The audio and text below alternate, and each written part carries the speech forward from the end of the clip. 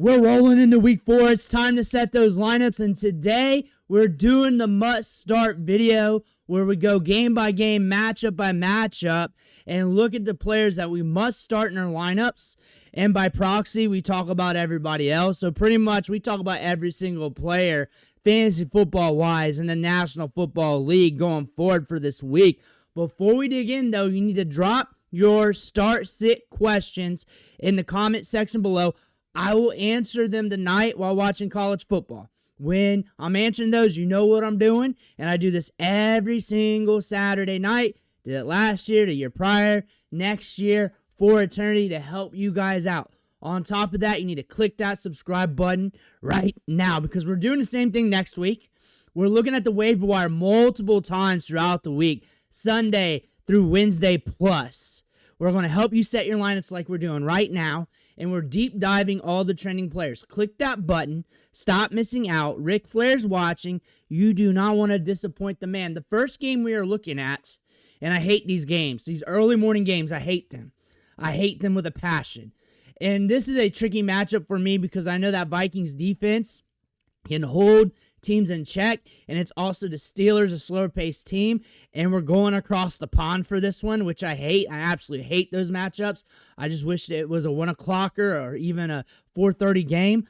And we're looking at Carson Wentz. I think he can command the ship and keep things rolling. If you have to, you have to in a deeper league. I think he could be fine. I think he can get you to baseline. Not saying he's going to go off, but get you to baseline. I like Jordan Mason in this matchup. He's a start for me. Justin Jefferson, no matter what happens, he's a stud. You're starting him. Jordan Addison is back. We want to see how he connects with Wentz. But he was killing it in training camp. He was targeted well last year. I look for him to at least be a volatile play to start things off. TJ Hawkinson, honestly, how many better tight ends you got on that roster anyways? And this is a matchup I expect moderate to low movement on, scoring fantasy-wise with all players involved. But when you're looking at the Steelers side here, Jaylen Warren's expected to play. But it's Arthur Smith, so you do not know how the touches are going to work for these running backs. We could even see like a Caleb Johnson game or even a Trey Sermon game, and then you all go in on Caleb Johnson, and then Arthur Smith's like, nah, I'll use Kenneth Gainwell the next week.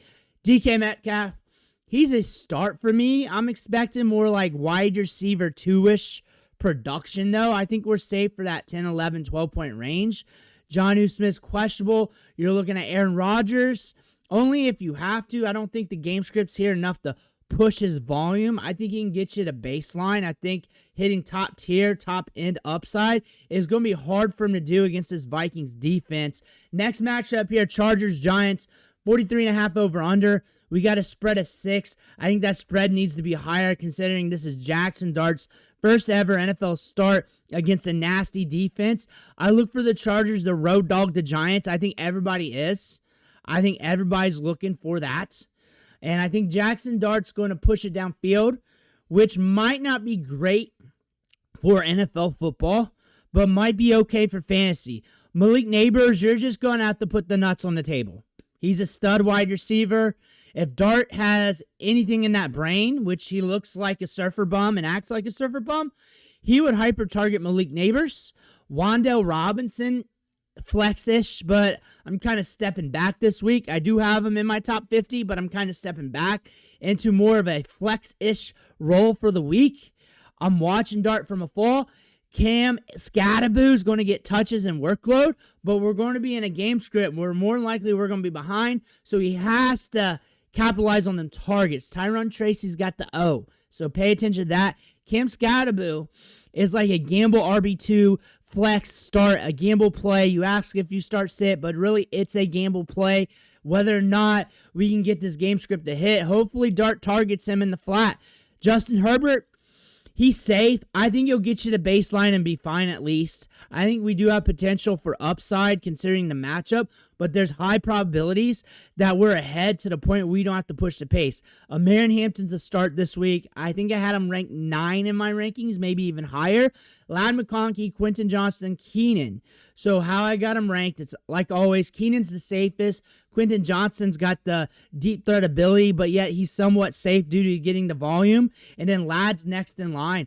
And it could be either of these three due to the carousel effect. Lad's due, and the Giants give up points to the slot wide receiver, so that's something to pay attention. But the risk here is just them getting up early, not having to sling the rock. There's risk with all three of these wide receivers due to that. But again, you're kind of looking at them as starts, especially in the flex at least minimum when you're looking at your wide receivers because of the volume we've seen. And this is a matchup where they can just get ahead early. And for them to get ahead early, someone's got to score those points. It could be one of them. It's Browns and Giants. We got a spread of 10 here. That spread is getting bigger. 44.5 over under. That Browns defense is no joke. So you're starting Gibbs. You're starting Amon-Ra. But exercise caution in other formats like DFS and stuff because that Browns defense is no joke. Really, when you think about the over-under here, 44.5 might be a little high for Vegas. The market might be a little high on this game due to that Browns defense. It could be looking like that Packers game where it's silence until the end where things start to break. You're watching Flacco. He could bust up this team really bad. The Browns offense, not the Lions defense. And you're looking at Jerry Jeudy. We need him to connect. He's been getting good volume. He's a risk play. He's a big risk play. I don't trust him until I start trusting the quarterbacks here, which may not happen this year. Same with Cedric Tillman. Isaiah Bond is a deeper play to pay attention to. So if you're looking for somebody to get off the waiver wire who could be a waiver wire dandy in the future, maybe not this week, but in the future, that could be him because he's running a lot of routes. He's getting open. Targets ain't going his way. Quarterback play sucks. But if he had good quarterback play, he'd be a get off the waiver wire already. Quinshon, Judkins, you just start. Probably RB2-ish results here. But he doesn't really care either. He just keeps rumbling. He is the face of this offense right now. Quinshon Judkins is going to get the work. He's easily going to get 10 to 15 opportunities, if not 20 plus in this matchup. David Njoku, Harold Fannin, your money ball in the tight end spot. Really, the tight end spot's very volatile.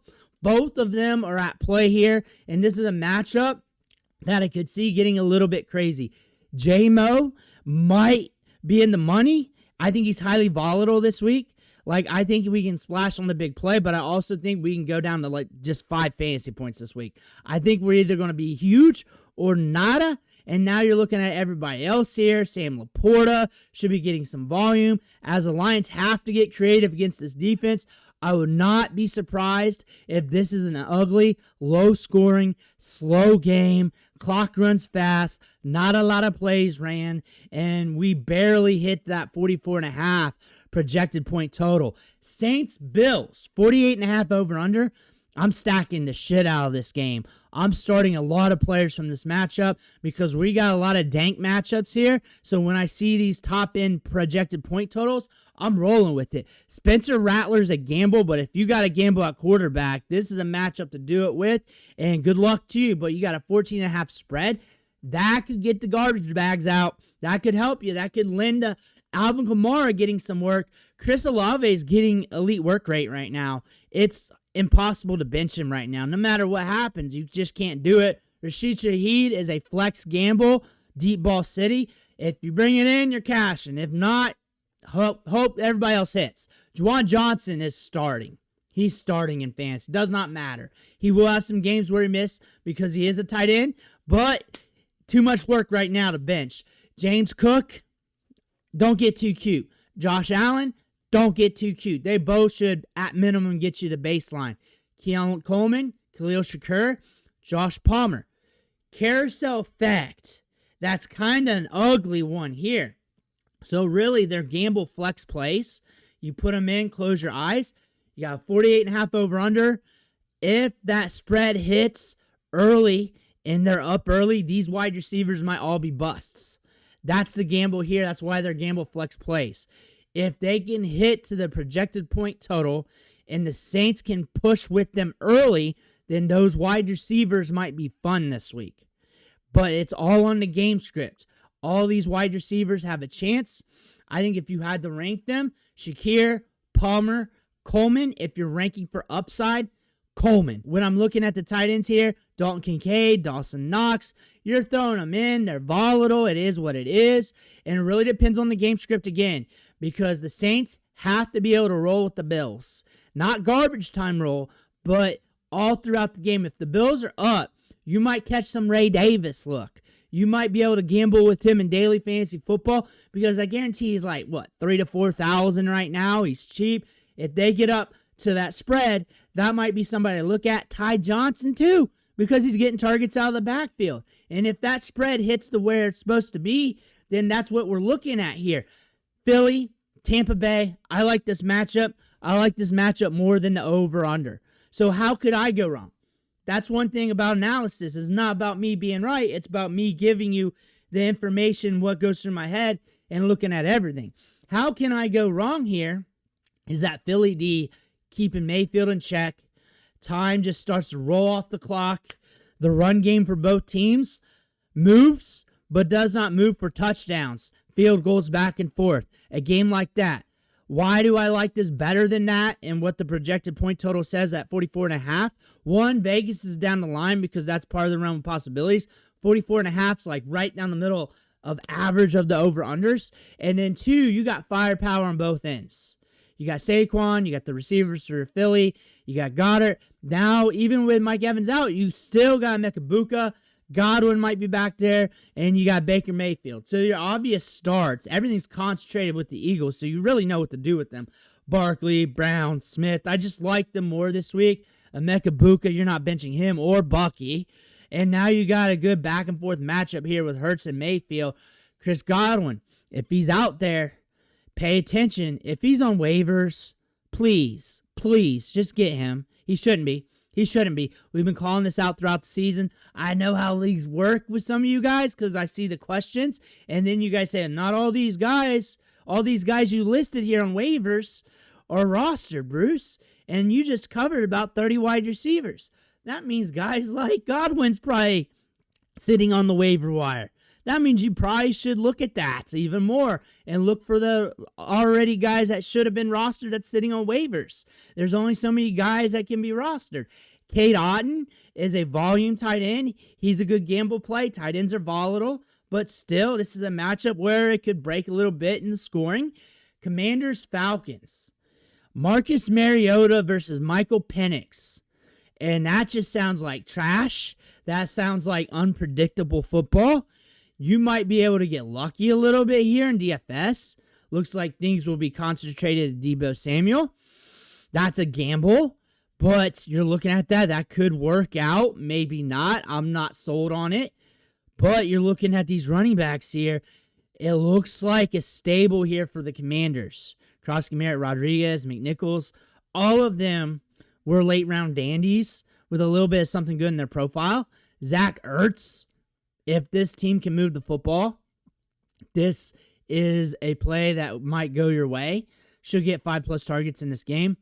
What Michael Penix are you going to get? Is it going to wreck this game? Is the Penix going to wreck? That's the question, because it has in the last couple weeks. Bijan Robinson, no matter how Penix is, he's still all right. It's not like you're going to bench him. Drake London, a lot of people are worried, but you're not going to bench him. And then Darnell Mooney, I don't know right now with Penix. I'd probably look at other avenues. Vegas is saying, hey, this is an ugly game script. That over-under, you want to watch that. If it gets lower than 43.5, the market's saying don't. The market's saying don't. The market's saying that with that number, don't. Tight spread at 43.5. This could be a nasty matchup. Kyle Pitts, he's fine. Tight ends are gambles. He might get you enough to get you going forward. You got to watch that. His target share for the tight end spot compared to other tight ends is okay. His ADOT's is what I like about him. He could cash on a big play. It's all on Penix. Titans, Texans. Like I said, when I talked about that Bills game, I'm all in on that game. Here's another reason why. This game right here. Stroud, what we're hearing the media right now ain't sounding good. Cam Ward's a rookie. These Titans defense can make this nasty. This could be a nasty game. This could be a nasty game where you don't want anybody. Like Nico Collins is like the only obvious start here, unless you're going with the running backs and workload. And really, they're just gamble plays right now in the flex. Like Nick Chubb's not RB2. He's a flex. That's a gamble. Same thing with Pollard. I don't even know if I had him in my top 30. Maybe Pollard at like 29, 28 just due to touches. Cam Ward, I haven't had a start-sit question with him, so he's really for deeper leagues. Chigakonkwu, if you're hurting at Titan, someone's got to score on this team, in this game, actually. I look at Christian Kirk as possible gamble flex for you. He had, 8 targets last week? There's going to be good volume to him. Should start to get concentrated to him and Nico, so that's solid to say. Dalton Schultz is a gamble. I don't really like him, but he is getting like 5 to 6 targets a game right now. But this projected point total at 39.5 says that this game is going to be ugly. It's going to be low scoring. And the Titans has made it ugly with some good teams right now. So this should be a nasty one. So if I'm doing DFS, I'm only doing to make contrarian lineups. Outside of that, I'm staying away. Panthers, Patriots, 42.5 over under. So there's some players I like in this game. Obviously, T-Mac, he's getting 8, 9, 10 targets a game. That's what he's been getting in his last 3 games. You're looking at that. JT Sanders is out. And you're looking at Hunter Renfrow. Could be a sneaky play for you. Bryce Young, he might be a good garbage time quarterback for you if you're hurting at quarterback. But this is a matchup that might be a little bit slower paced than real life. We're waiting for Hendo, Steve-O, and Gibby for them to do something, but they're risks. They're all just gamble flex plays. Like, you just throw them in and you just see what happens. The Panthers are allowing good fantasy points to running backs right now. Not as much as last year, but they are right now. Stephon Diggs, Boutte, Mac Hollins, that's a muddy picture of wide receivers right now. Diggs kind of the safer play. Boutte's got some upside to him. That's just something to pay attention to. But honestly, when it comes to this matchup, I'm not in super love with it. I'm pretty much just riding with T-Mac. And then Colts-Rams. Drop the money. Drop the money on this matchup. Colts-Rams, it's all on Danny Dimes. Can he facilitate? Because the Rams can make this a nasty one. 49.5 over under. And I think we're going to live up to it. Even if we score just 45 points total. I think we're going to have very good movement in this game. Puka, Devontae, yes. Kyron Williams, yes. Jonathan Taylor, no way you're benching him. Michael Pittman, I like him this week. I think Josh Downs could be sneaky. I think A.D. Mitchell, if you're trying to get a cheap play for daily fantasy football, do people still play that? Because I get hardly any questions about that anymore. I think he's a sneaky, cheap play. Tyler Warren, I'm in on him. Daniel Jones is the X factor here. On top of that, we can't get these quarterbacks hurt in this game. We can't get that happen. We got to keep these quarterbacks upright. We can't have anything weird with injuries. And then on top of that, Daniel Jones just got to keep doing what he's doing. And if that happens, we're going to have a fire game script. I am starting everybody. Jaguars, Niners, 46.5 over under. Vegas kind of likes this game. I could definitely see how it can be a little bit slower scoring. I definitely could see how it could be a game where you're like, on some of your players here. I like Christian McCaffrey. I like Ricky Pearsall. I think he's a huge start. I'm watching DeMarcus Robinson in this matchup. That could be the sneaky play for you in daily fantasy football, 16-team plus leagues. Travis Etienne, you're not benching. Brian Thomas Jr., you're worried, but you're starting. He's a start. Trevor Lawrence, I don't think there's going to be enough volume for him to get you more than baseline. If you're shooting for baseline, sure, there's a chance that we bottom out. Brock Purdy's back. I think we at least get the baseline. I think Christian McCaffrey in the passing game buoys him. I think Ricky Pearsall is going to hit on some volume. Bretton Strange is going to get a lot of routes. You're just going to have to hope that hits. Bears, Raiders, 47.5 over under. And I'm looking at this, and I'm looking at Ashton Jeanty here, and I'm slamming it. I think Jacoby Myers is back up to like 10-plus targets. I think Brock Bowers, we're further removed from that injury hiccup. I think this is time where we get him rolling. And now you picked up Trey Tucker, and you're like, what about him? 5-ish targets. He's going to be volatile. And Thornton, this could be the game he cashes. This could be the game if we can get pushed back by the Bears. This could be the game. I look for him as a DFS play, cheap play to throw out there. If you're doing stacks of this game, I would be doing stacks of this matchup. I'd be attacking this matchup. I don't think a lot of people would be 100% in. I don't think the masses would be, and I'd be doing all kinds of stacks, being creative with it. Caleb Williams, he's YOLO. He's up and down, but that's what we like in fantasy football too, because he's going to be aggressive with it. All in on Rome Odunze. I like DJ Moore as a wide receiver too to flex. Luther Burden, we're watching the workload. We love Luther Burden. DeAndre Swift getting targets out of the backfield should be fine for that flex RB2 range scoring-wise. Of course, things could break. That's just part of football. And then Colston Loveland. I like Colston Loveland better long-term, but really, fantasy-wise, staying away from the tight ends. They're just gambles in this matchup. Now we're looking at Ravens, Chiefs. 48.5 over-under. I like the over-under. I like the projected point total. I think there's risk that the Chiefs' defense could step it up and slow it down, and the Ravens' defense is good in some quadrants where it could definitely lend to that. And then there's also risk that it blows wide open. So you have a very volatile game here. So exercise caution here, but I think we can get solid movement nonetheless. Rough matchup for Derrick Henry, but you're not benching him. He's getting touches and opportunities. He's got that size-adjusted athleticism where he can just break one free. Rough one for Flowers, Bateman, and Hopkins. Flowers getting the work. He's the safer one. You just got to hope he connects, which could happen if you can get good pushback from the Chiefs and Patrick Mahomes. Isaiah Pacheco is dust, and this is a rougher matchup. But now you're just hoping with that workload that we just crossed the goal line. Xavier Worthy's back. I look at him as a gamble flex, gamble wide receiver 2 right now. I had him late in my rankings. I just want to see him for a week. Dislocated shoulders. Like, it's hard to bring that arm up. It's hard. That arm could re-dislocate. There's a chance for that. Like, he's looking good in practice, moving around and all of that. But game time's going to be different. Hollywood Brown, he's kind of like a gamble start right now. And then Tyquan Thornton, he's every single game. Even when Rashi's back, you just throw him in there, you close your eyes. If you need that in your flex, that's the dude. You may want to just have him as a bullet in your chamber just for when you need it for 1 to 2 games this year. You need a player like that for probably about 1 to 3 games every year. Tyquan Thornton is perfect for that.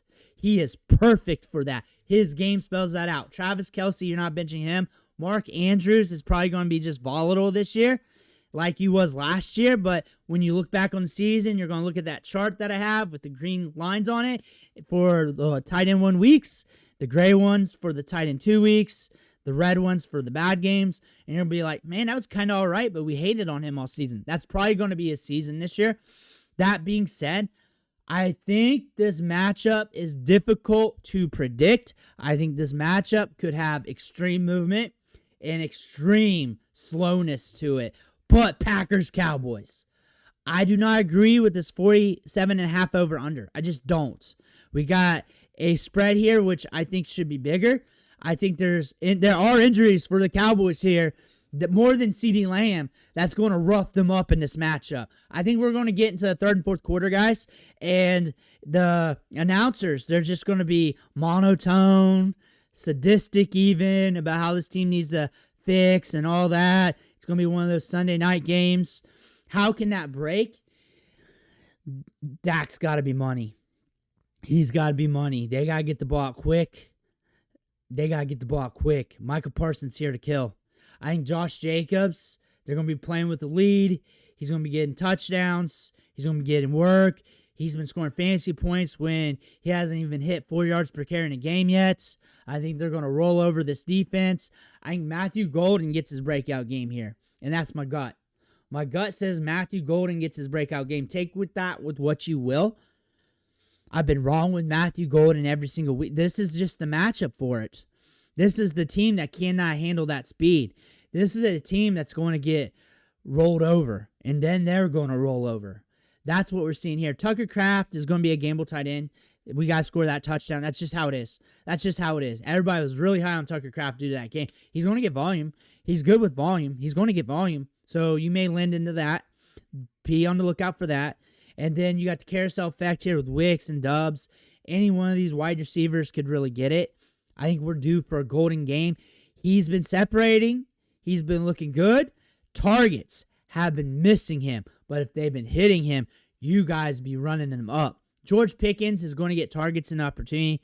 I bet you we get a sideline burst out of him like we did last week.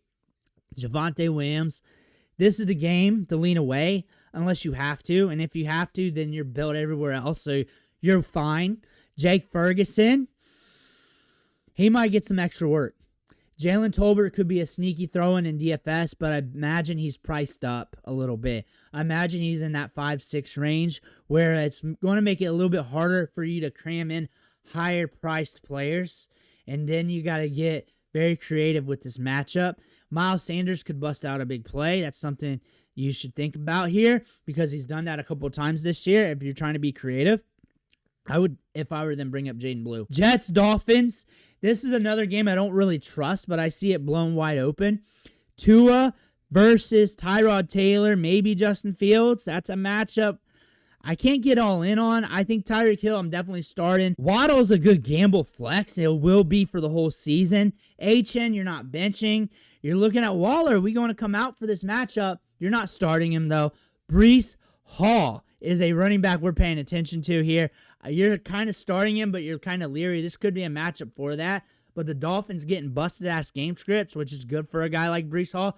Garrett Wilson, you're starting. He's getting all the targets and workload. Mason Taylor, deeper league, you're thinking about him. You're watching him right now. If you want to work the waiver wire right now and get somebody because you got a spot open and you're like, yeah, I kind of want to pick somebody up, that's a tight end to think about it. Tight end's pretty dank. Darren Waller is kind of dank right now, but tight end's dank, so you may want to think about it. Bengals, Broncos. Broncos road dog the Bengals. We got a 44.5 over under, 7.5 spread. Watch the spread. I would not be surprised if it increases here. Jake Browning is going to have a hard time not throwing picks in this matchup. Chase Brown, we don't trust. I have him ranked pretty low. I ranked him pretty low. I don't remember, but I have him ranked pretty low. Jamar Chase, you're starting, but you know this could be very dangerous for your lineup. You know it. T. Higgins could get like some extra targets if they got to get creative. That's if they can get creative too with them throwing picks and getting roughed up in this matchup. Offensive line ain't great. I look for the Broncos defense to feast. Bo Nix, what version of him we're going to get? I think we at least get the baseline, but he could play well and not hit baseline due to them getting so far up on the Bengals. J.K. Dobbins should roll. He's a start. I like him. R.J. Harvey could be a sneaky play this week. Could be sneaky in the flex. More than likely daily fantasy football or gambles. You're looking at Cortland Sutton. You're starting him. You're not benching him. Deep targets. Target share good. Troy Franklin, this could be a good matchup for him to light it up this game. He could be getting those short to intermediate targets. He could be solid.